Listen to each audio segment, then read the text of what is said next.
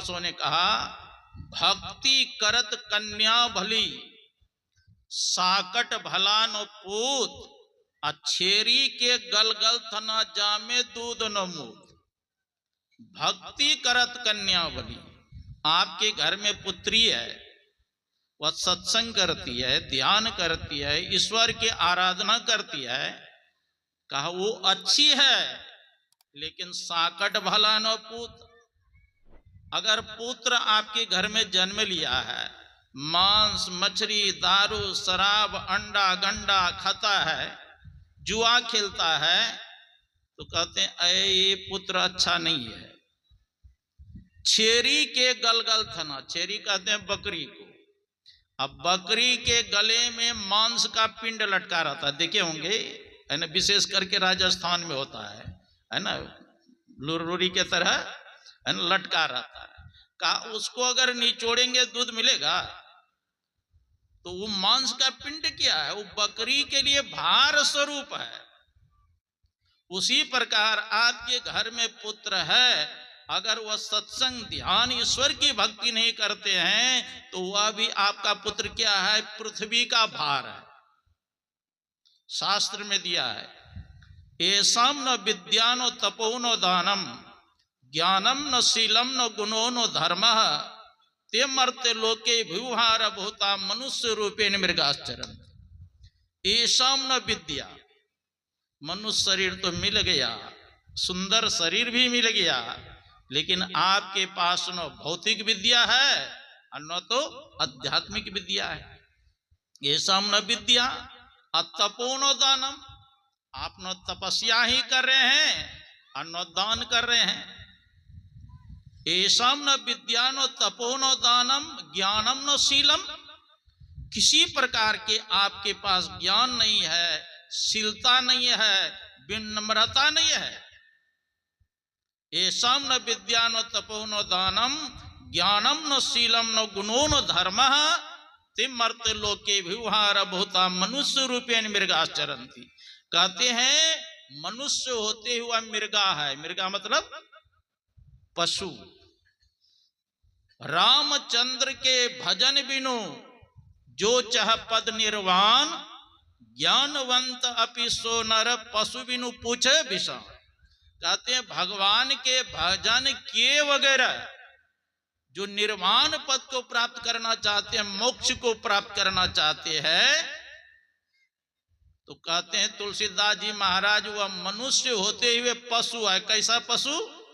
बिना पूछ और बिना सिंह का पशु। देखे हैं, जिसको पूछ भी न हो सिंह भी न हो, यह मनुष्य को ही कहा गया है ना। मनुष्य को ही बिना पूछ और बिना सिंह के पशु बते।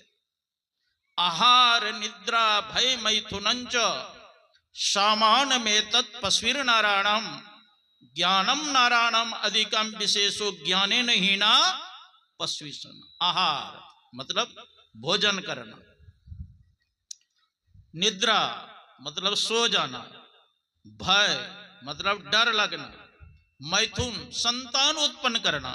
का ये चार काम तो पशु और मनुष्य में बराबर है। मनुष्य भी भोजन करते हैं, पशु भी भोजन करते हैं, मनुष्य भी सोते हैं, पशु भी सोते हैं, मनुष्य को भी भय लगता है, पशु को भी भय लगता है, मनुष्य भी संतान उत्पन्न करते हैं, पशु भी करते हैं। ये चार काम तो बराबर ही है ना। तो मनुष्य में क्या विशेषता है? मनुष्य में ज्ञान की विशेषता है। अगर ज्ञान नहीं है तो पशु समाना। किस ज्ञान की विशेषता है? ज्ञानान मोक्ष ममापनोति तस्मात् ज्ञानम परात्परम, यतो ही ज्ञान दाने न क्षमस्तम तजेद गुरु। जिस ज्ञान से मोक्ष मुक्ति मिल जाए, है ना, उस ज्ञान की विशेषता है। कितने प्रकार का ज्ञान होता है? चार प्रकार। श्रवण ज्ञान, मनन ज्ञान, निध्यासन ज्ञान, अनुभव ज्ञान। श्रवण ज्ञान कहते हैं जैसे मैं कह रहा हूं, आप सुन रहे हैं, इसको श्रवण ज्ञान कहते हैं।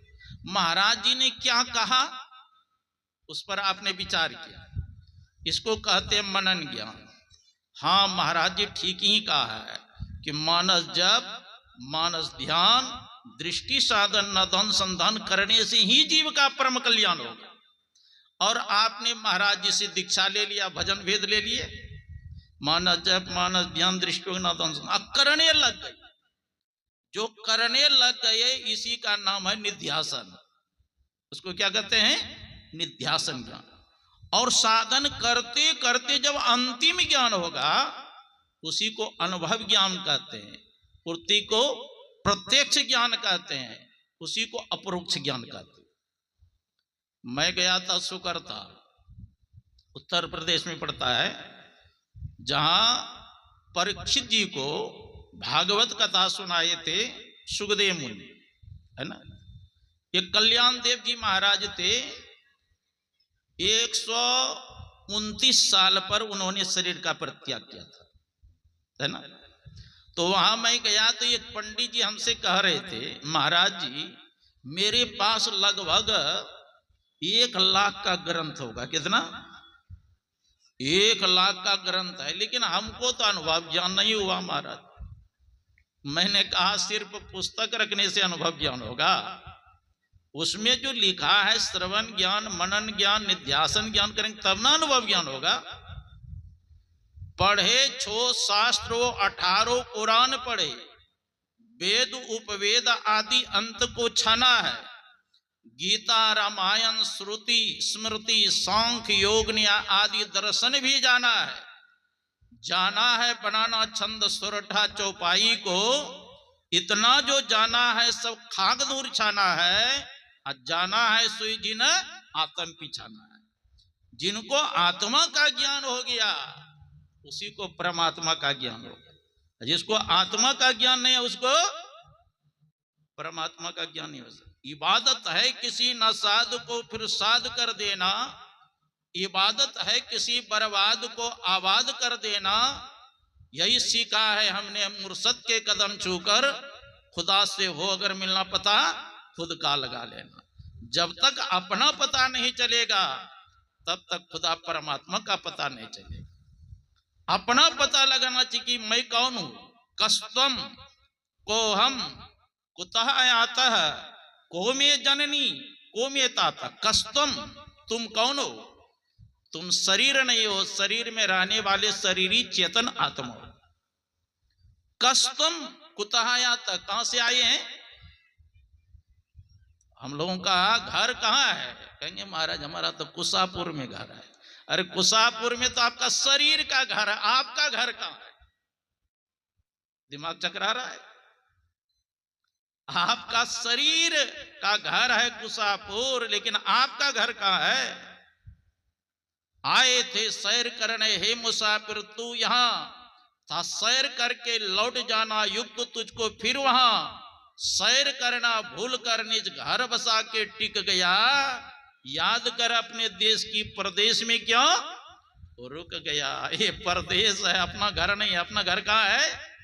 सखिया वो घर सबसे न्यारा, जहां पूरन पुरुष हमारा, जहां नहीं सुख दुख सांच झूठ नहीं, पापन ने पुण्य पसारा। सखिया वो घर सबसे न्यारा, हमारा वहां घर है ना। न तत्र सूर्यो भाति न चंद्र तारकम नेम विद्युतो भांति कुतो यम अग्नि।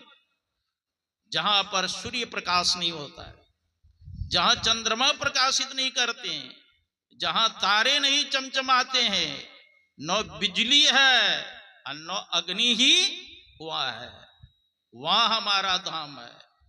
यद गत्वा न निवर्तन्ते तद धाम परमम मम। भगवान कहते हैं जो भक्त मेरे धाम में पहुंच जाते हैं उनको फिर संसार में आना नहीं पड़ता, वो अपना असली घर है। कस्तम को हम, मैं कौन हूं? मैं शरीर नहीं, शरीर में रहने वाला चेतन आत्मा। कुतः आयात, कहां से आए हैं? परमात्मा के घर से आए, है ना। इस जीव का सच्चा घर और सच्चा माता पिता कौन है? वह परम पिता परमात्मा है। कुतः आयात को में जननी, मेरा माता पिता कौन है? को में ताता। ये ज्ञान कहाँ होगा? सत्संग में अनेस होगा। पूजवा के पदार्पण हो रहे हैं, सब खड़े हो जाएं। बोलिए श्री सद्गुरु महाराज की।